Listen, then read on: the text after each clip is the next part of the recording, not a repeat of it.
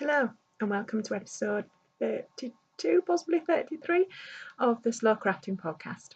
My name's Nadine and I'm coming to you today from the northwest of England near Manchester. This is an occasional podcast about the world of fibre crafts and my attempts to incorporate a slow living or slow fashion agenda into that world and increase my handmade wardrobe at the same time. I'm sorry about the lighting, again, this issue. I never get it right. I'm not technically gifted when it comes to videography. I am aware that I am very overexposed, but it was the only chance I was going to get to record in daylight. And it's doing quite well, isn't it? It's smoothing out all my wrinkles. It has its benefits. So apologies if it affects the viewing quality, but I will... I just apologise and you'll just have to put up with it, I'm afraid, because I'm not going to get better anytime soon. Right, last episode I talked about my sewing for the holiday that I went on, and this episode I'm going to talk about outfit number 4 for the year. Now, the outfit that I'm going to show you, I had actually wanted to finish before I went on holiday as an extra sneak-in outfit, and was going to do a very detailed, time-consuming Alabama Channing style corset top and swing skirt as my 4th outfit of the year. But I decided that, one, because I'd not finished the outfit for the holidays, because I decided that I didn't really need an extra set of clothes just to go on holiday with, nor did I have time to complete it. But then I also decided, if I'm wanting to lose weight over the course of the next 12 months, possibly longer, depending on how dedicated I can be, there is very little point in me making a fitted, time-consuming, very, very involved outfit that in 12 months' time is not going to fit me. So I still want to make the Alabama Channing style outfit. However, it will just have to wait until my body is at a stable size, not a fluctuating size. Because as I know, the swing skirt that I made for my mum last year, I think it was last year, it might have been earlier on this year. Oh, crikey, I don't know. I might put a link to which episode it was actually in, because I did speak about it quite a bit. I know the skirt I made for her now no longer fits her, because she was a bit poorly for a while and lost quite a bit of weight as a result. So now all that time I spent on a skirt, it no longer fits her. So I don't want to be in the same position. Also, you will remember from outfit 2, which this dress was part of, I hadn't yet finished the cardigan to go with that. So I thought, given that I need to finish the cardigan for this outfit, and I've started an outfit already that I wanted to sneak in as an extra outfit, I should probably just finish everything I've started and get on when I have that as my outfit for the rest of the year. Because I will also, no doubt, soon have all my Christmas knitting to be starting with. So I don't want to be overburdening myself. I will do anyway, because I do every year. Decide to make all the things when it comes to Christmas, but I decided to be sensible and make what I actually needed, not necessarily everything I wanted to make. And also, at some point soon, I don't know if I mentioned, my brother asked me to knit him a jumper jokingly years ago. He said he wanted a Fair Isle style jumper, but with a Lion of Judah, like a Rastafarian lion, incorporated into the design. Now, because he turned 40 this year, I did say to him, if you want me to knit you that jumper, I will do. Of course, the fact is that because it's rather random and obscure. There is no pattern for it. So not only have I got to knit it, I've also got to come up with a pattern for it, which is interesting. But I said I would do this, so I will. I mean, he has sent me. I think there was a commercial jumper years and years ago that he'd seen that he liked, and this had Rastafarian line on it, and that's where he got his inspiration from. So he has at least sent me a picture of that now. I've yet to get him to give me his measurements and tell me what he needs, but I've bought the wool from my local wool shop actually to start swatching for the Fair Isle component of it. So I've got that to make as well. So all these things are conspiring against me to say you're not getting another outfit in this year, which is fine because my original plan was only for 4 outfits, and that's all I really need this year. There's always next year to make more, to replace some of the things that have either migrated out of my wardrobe or are no longer size appropriate or whatever, rather than just making all the things because they're pretty, which is not slow living and it's not slow fashion.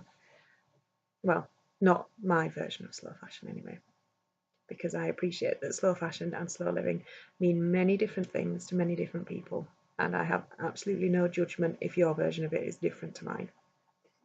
Right, so on with the design for this outfit. Excuse my washing hanging in the background there. It's to throw off the other cover. The girls covered it in blue Play-Doh the other day. Yeah, to throw off the other settee. Did I say to throw off the other cover? I probably did. But yes, blue Play-Doh they covered it in. But it was homemade Play-Doh, so it washed out easily. Right, outfit number 4 for the year. There we go. I don't know.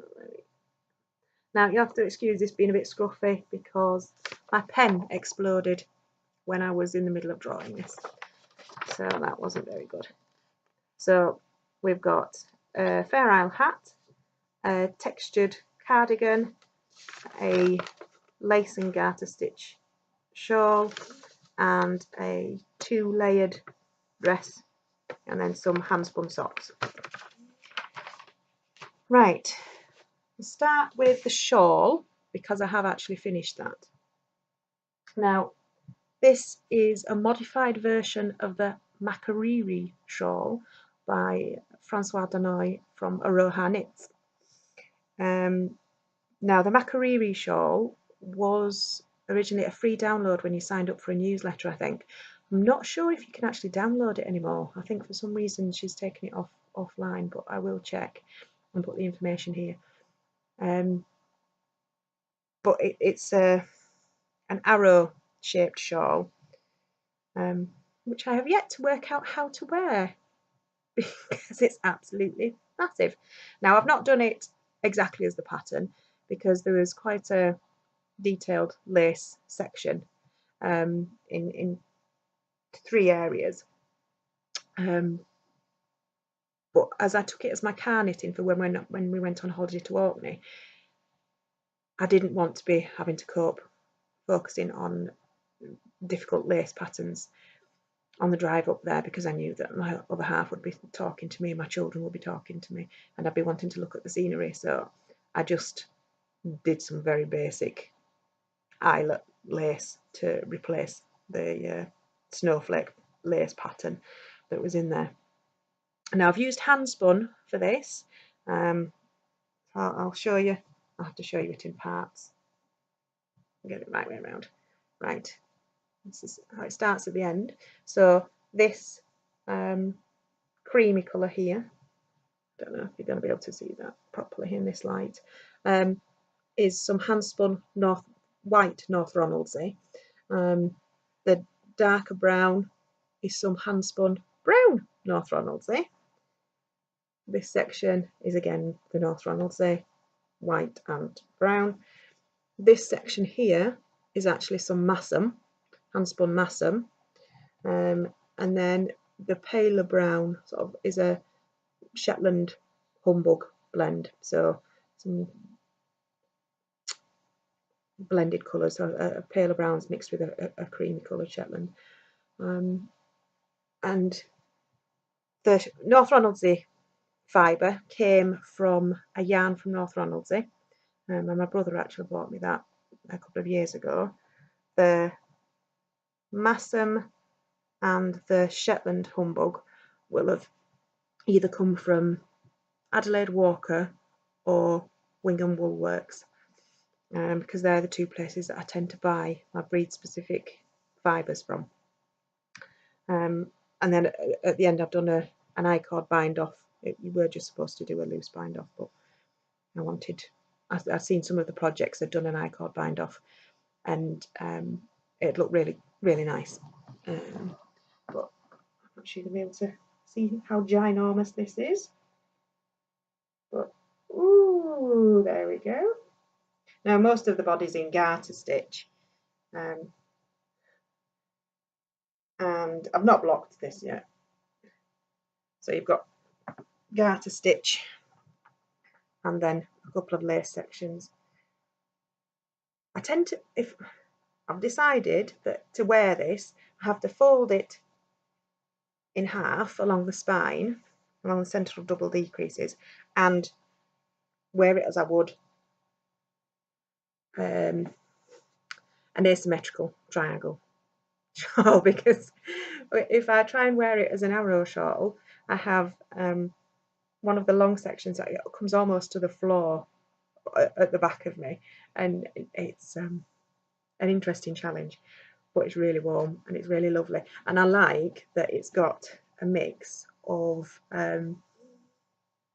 well, I like that it's all hand spun yarn and breed specific yarn and natural colours, but I also like that I was knitting with the North Ronaldsay yarn when I was in North Ronaldsay, and the Massam is a York, well, it's a place in Yorkshire, which and I'm originally from Yorkshire, so I liked having the bit of Yorkshire in there as well with the North Ronaldsay or Orkney yarns, and the fact that it's got a bit of Shetland in there as well, because my dream had been, once we got up to Orkney, to then go on to Shetland, but that hasn't yet happened. It was a bit too far to be dragging the girls on a ferry. I think we coped with the hour-long ferry journey from mainland of Scotland to Orkney itself, but then putting them on a ferry for another, I think it's 7 and a bit hours to get from Orkney to Shetland was not going to happen. But yeah, I love this pattern. It was really straightforward, really clear to knit. I know some people had said it was a bit tight on the sides, particularly on the colour change sections where you've got your stripes, but I just carried my yarn up. The first stitch on each row I knitted with both strands of yarn, so I don't know whether that's made any difference to it, but we'll see once it's all fully blocked, and we'll see how it's turned out then. I'm really looking forward to being able to wear this, and as it's getting cooler and chillier, I might be able to do it soon. It does smell sheepy still, which is always a joy. Not as sheepy as the wool that I'm going to show you in a little bit though. So yeah, that's the shawl. It's huge and it's warm and it's breed specific, so that's making me very happy. Breed specific hand spun, that's making me very happy. Right, so that's the shawl. The dress I wanted to make, so just a reminder, whoa, it's 2-layered, and it's the Metamorphic dress by Meg from So Liberated. Now this is what it looks like in real life, and it's actually reversible, so you can see the layer that sticks out at the bottom, that's another layer of fabric, so you can turn it inside out and get 2 dresses in one. I like this idea, particularly, which is one of the reasons I wanted to take it on holiday, or have it ready to go on holiday, because it would mean that it took up, well, no, it was one dress to pack, but you got 2 dresses wear out of it. So if I wanted a different outfit, I didn't have to take everything, my whole wardrobe with me. I could just take one dress and get several days out of it just by swapping it inside and out. And given that I have small children that do still occasionally wipe food or bogies or mud on me, the ability to swap my dress around is always a bonus. So yeah, I bought the pattern for that a while ago when I think I got it when she had a sale on. I think she'd released another pattern, possibly her R-night pants, and because she would released it, she gave a discount code for probably about 20% off her other patterns as well.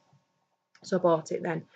Now, my only problem with this is that our printer's still not working. So I am possibly going to have to go to my local library and print off the pattern pieces there, because it's a PDF, which I don't particularly enjoy because I hate sticking them together. But it's not a massively complicated dress pattern in that it's only got a few pattern pieces, so hopefully it shouldn't be too horrendous. Now the fabric I'm going to use is from Stash. Now the top layer, the short layer, is this brown and cream fabric. I am actually going to over dye this with a dark brown colour, just because I don't like wearing pale creamy colours over my entire body. If I'm going to wear them, which I don't do very often, I tend to wear them on the top half only. So it will be more useful and practical if I over dye it a darker colour. And we all know I love brown. So yes, I'm not sure what it is, this fabric, because it looks a bit linen-y, but I just think it's I think it is actually cotton, but it's just quite a loose weave on it. Now, it was actually some pillowcases from IKEA, I think. Not even my fabric. When I moved in with my other half, he gave me a big bundle of random fabrics to use and recycle and repurpose. So I have had this for 7 years now, because it's 7 years in October since I moved in with him. So it is about time it got used. Now it might involve some pretty creative pattern cutting and more seams than the pattern has, but I don't mind that, because the pillowcases, then it's not a wide expanse of fabric, so I might have to have a seam up the centre of the front and more seams on the panels on the skirt and things, but I don't mind that. I can make a feature of it. I do not mind. Oh yes, and both sides of the metamorphic dress have pockets on, so that's made me very happy. And then the other layer is this fabric. Now it's a lot more orange than it's looking on the screen, because there it's looking quite a pale pinky colour. I don't know. No, you're not going to be able to get it. I'll probably take a picture and try and include that. Now this came from Stash that was my friend's mum's, which I've also had in my stash for about the same time as I've had this, because when I moved in with my other half, my friend's mum brought me around a big bag of wool and fabric that she was getting rid of, because she was cutting down on the amount of crafty things that she did, so she knew that I would get use out of it. So she dropped this off with me, and I've used bits of it every now and again for different projects. Not all of it was suitable for dressmaking, because I think the crafts that she did were more like toy making or homeware stuff, so it wasn't necessarily suitable for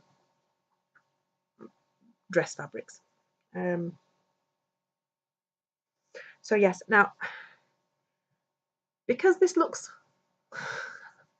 quite a nude shade, I'm a bit wary. I know I've just said I don't wear pale colours, but it's not actually that pale when you see it in real life. It's very orange. But from a distance, I still think it might look like I'm naked.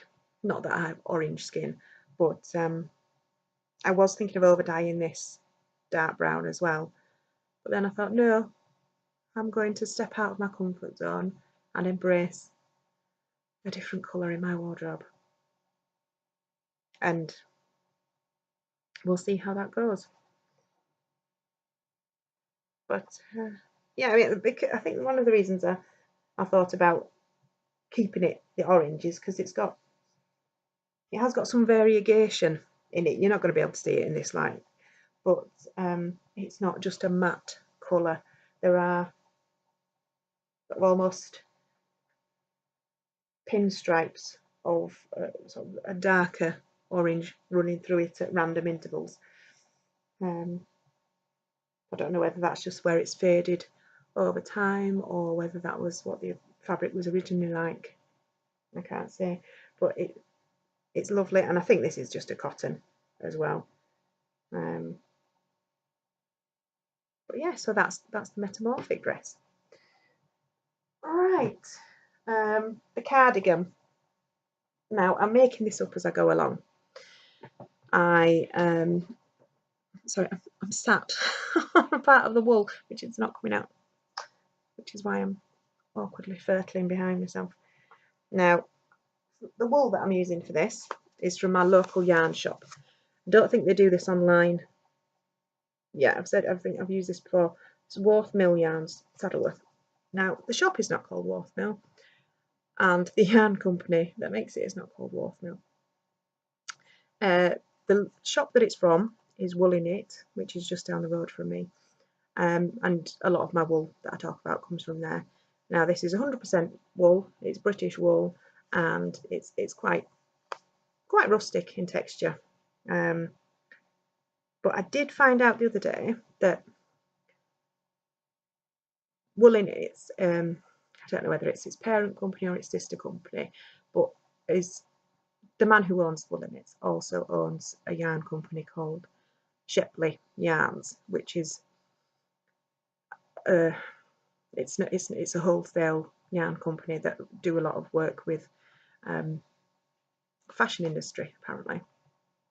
And these yarns, I found out the other day, are ones that are left over from, or I don't know if they're left over or seconds from yarn produced for the fashion industry, and which is why they are very, very reasonably priced, because you get a bag of 500-gram DK balls for £10, and it's real wool, and it's produced in Yorkshire, and it's British breed wool. So it's massively good value, but they can afford to sell it at that price because it is left over from wool that they've produced for a different purpose. So I'm happy knowing that. I'm happy knowing that actually, because I always wondered how they could sell it so cheaply when it was real wool. But it's because, like I say, it's leftovers from the fashion industry.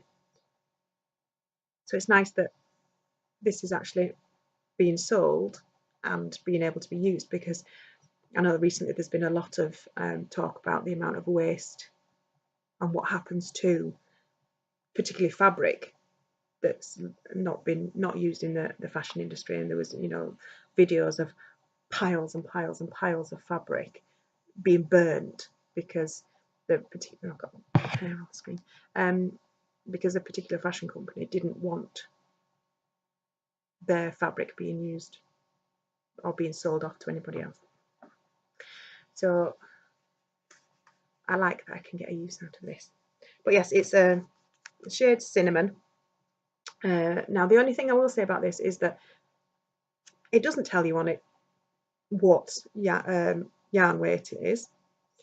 Doesn't even tell you how much it weighs actually, and it doesn't give you a yardage on it.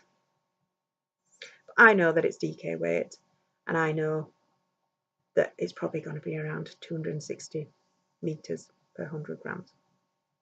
I think it works out pretty equal to yardage on a commercial ball of real wool. And I know it's a lot less than you would get on a ball of acrylic, but it's sort of roughly equal to any other commercial brand. Now the cardigan, it's going to be quite loose fitting, hopefully. So I've done my gauge swatch and worked out what I want it to be. Whether it turns out that is another thing. I'm knitting it in the round, not in the round, I'm knitting it back and forth in one piece up to the armpits for the body, and then I'm knitting the sleeves separately, but I'm knitting them flat. Don't know why I knitted them flat, I just did. I'll seam them up afterwards. And then it's going to be yoke for the top, circular yoke for the top. Now it's got a textured pattern around the base, which is from a children's jumper that I knitted maybe a year and a half ago for my friend's baby, and I really liked the pattern. And when I originally started it, I thought, oh, that would look really nice all over a jumper. But when I got sort of 4 pattern repeats in, I decided that no, I didn't want it all over the jumper, because I couldn't work out how I was going to transition from that pattern to the yoke pattern, which is different. So I decided that I would have just that round the bottom and a stockinette section in between, because then it made the transition cleaner and easier, and also it made the knit a lot quicker. Because whilst doing this pattern all over on a baby sweater is fine, doing it all over on an oversized cardigan for a grown-up was quite tedious, as there was a lot of slip stitches and cable, not quite cable, but I suppose, yeah. But yeah, at the moment the garter stitch hem is rolling up, but I'm hoping that will block out. Now this is looking a lot browner on screen than it does in real life. It is very much a cinnamon orange brown colour. It's the colour I wish my hair was, actually.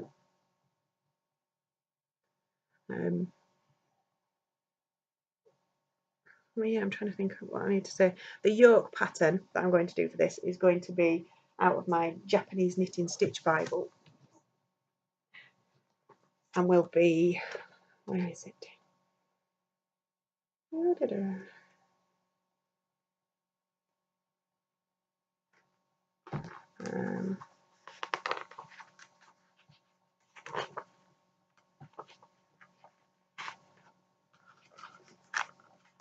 Now I'm being confused because I was talking to my other half about which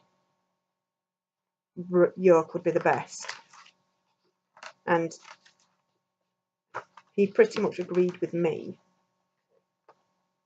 that either this one or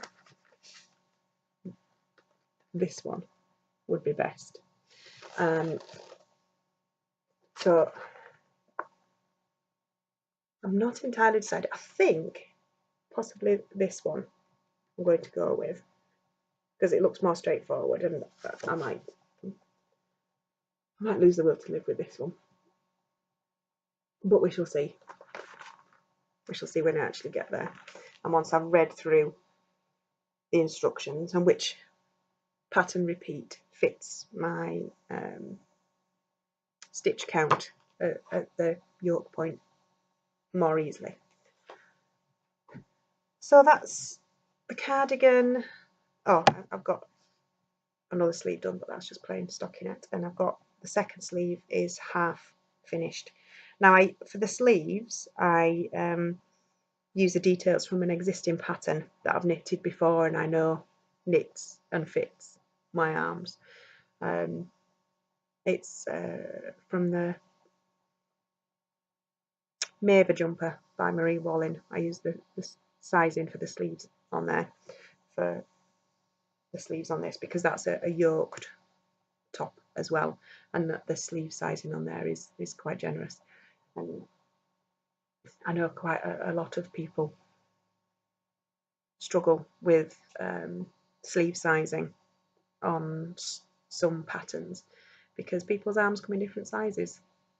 You're not necessarily going to have one size of arm fits all within a bust range, because I think bust wise I've probably got the same bust measurement as my very skinny niece who's got very thin arms.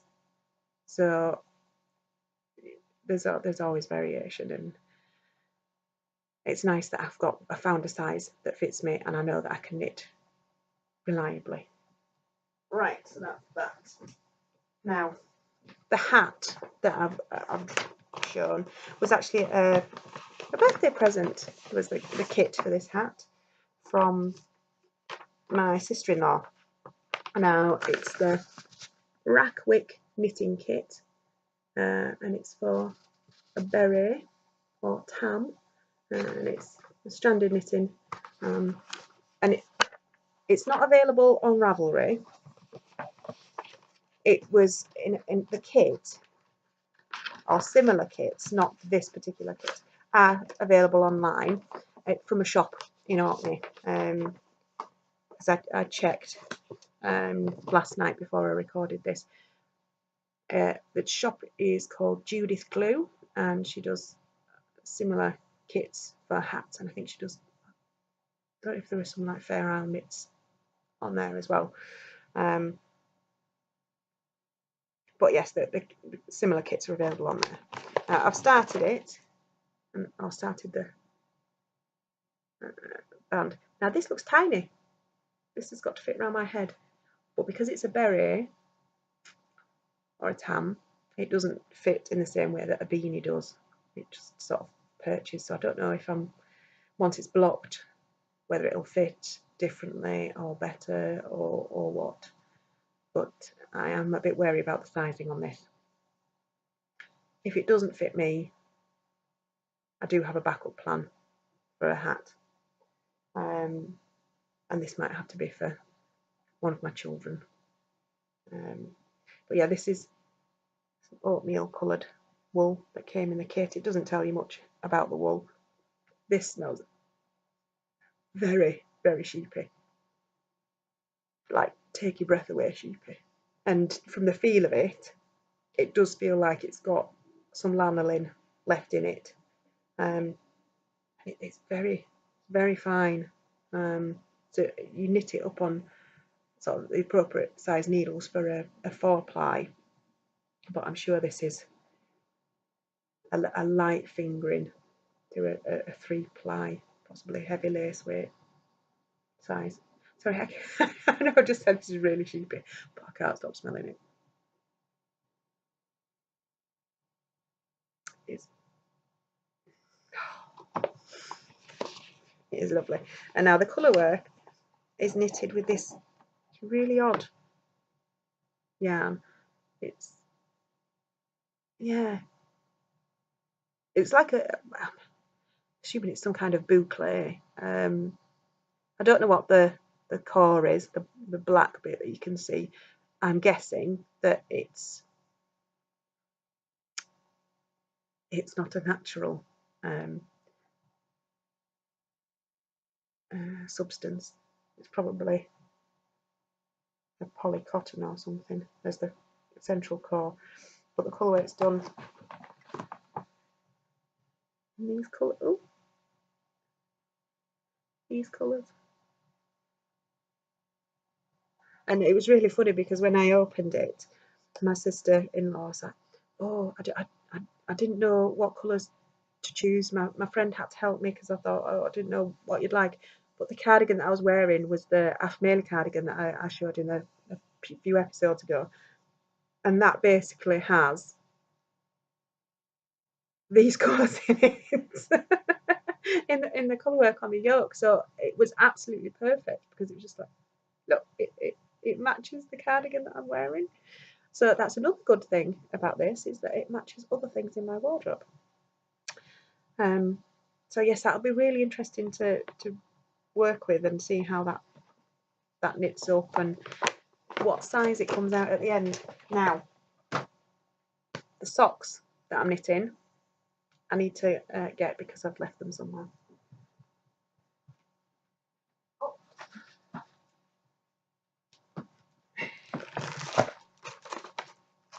Right, I have started this pattern already. They are the basket weave rib socks by Sarah Ronchetti, and I don't know if you're going to be able to get there. Oh, that's better. Textured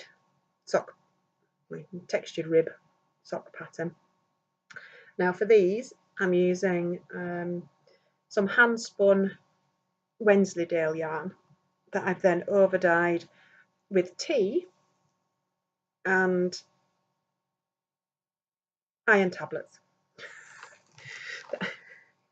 My natural dyeing will probably make people who do natural dyeing on a regular semi-professional basis or dedicated basis, it probably make them cringe with just the unprofessional nature of it.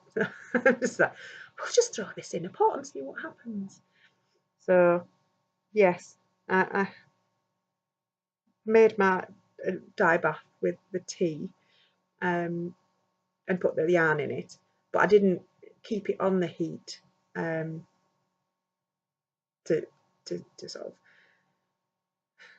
throughout the dyeing process. Once I got it to temperature and once the yarn and the liquid were hot, I took the pan off and wrapped it in a towel and set it outside in the sunshine just to maintain the heat within that pan longer,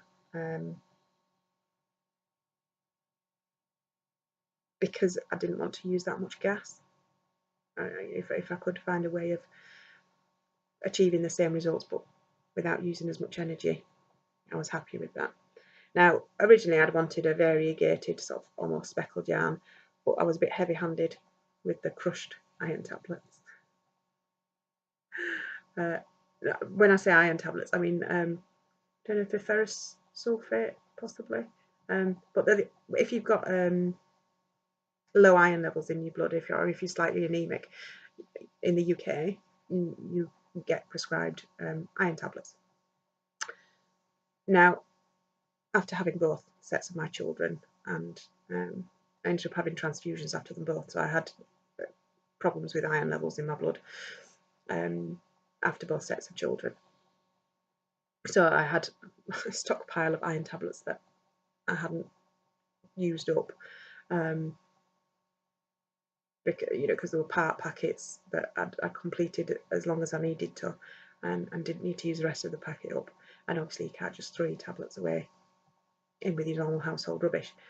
And I hadn't got around to taking them back to a chemist, so that I'll just chuck these in, because obviously if they're safe enough for me to take whilst I was breastfeeding, then there's nothing in them that's going to make me poorly just by contact. But yeah, I was a bit heavy-handed because obviously I'd never used them before, and I was just winging it and making it up as I went along. So they've turned out a lot of more of a grey brown than I was planning. But if you do look closely, there is some subtle variegation, and some of the orangey brown from the original tea dye does poke through in places. But yes, I'm on the first sock. Oh yeah, the pattern, the basket weave rib sock, is a free pattern, and that is available on Ravelry. And they knitted it really nicely, actually. I got a lot. Well, got a decent amount of this done on holiday. But then I've just stalled on it since I've got back. I'm not knitting it entirely to pattern because I've just done a fish lips kiss heel, and I did a 1x1 twisted rib at the top because I didn't want to take a printed out pattern with me, nor did I want to be constantly checking on my phone and using up the battery because we were camping, for looking at a digital version of the pattern. So I just wrote the pattern repeat down for the texture and then fitted it into my normal sock structure. So yes, they're going to be nice, and it goes quite well with the browns that are in the shawl. So that's that. That's the sock. So hopefully that outfit will all work well together and it'll look good when it's finished and will keep me warm in the winter. I probably will wear trousers underneath the metamorphic dress because bare legs and winter, no, it's not the best of ideas. So yes, that's my outfit 4 plan for this year. Hopefully it'll all work out and it'll look good when it's finished, and hopefully I'll get the other bits sorry, finished that I need to. I think it was all that wool huffing I was doing earlier. Probably breathed in some fibre, so I'm getting a little bit croaky now. I probably could do with a cup of coffee actually. On which note I shall get off and let you get on with the rest of your day as well. And I shall speak to you soon with progress, if I've made any, because I've lost my knitting mojo a bit in the last couple of weeks. I think since we got back from holiday, I don't seem to have been as knitting obsessed as I was before we went. I don't know why. In fact, there's been some evenings where, or in fact entire days, where I've not done any knitting whatsoever, which is just not normal behaviour. But hopefully I'll get my mojo back soon, and hopefully, because when I next record, both children will be in school, which is a big change in my life. My youngest one's starting nursery in not this week but next week, and my oldest goes back to school tomorrow. So hopefully that means my recording schedule will be a little bit more regular and predictable, because I will have my mornings free to actually record in daylight. Obviously, saying that's going to be a better quality video and better lighting conditions, but today is proving that it's not necessarily the case. But hopefully video quality and daylight recording and regular schedule will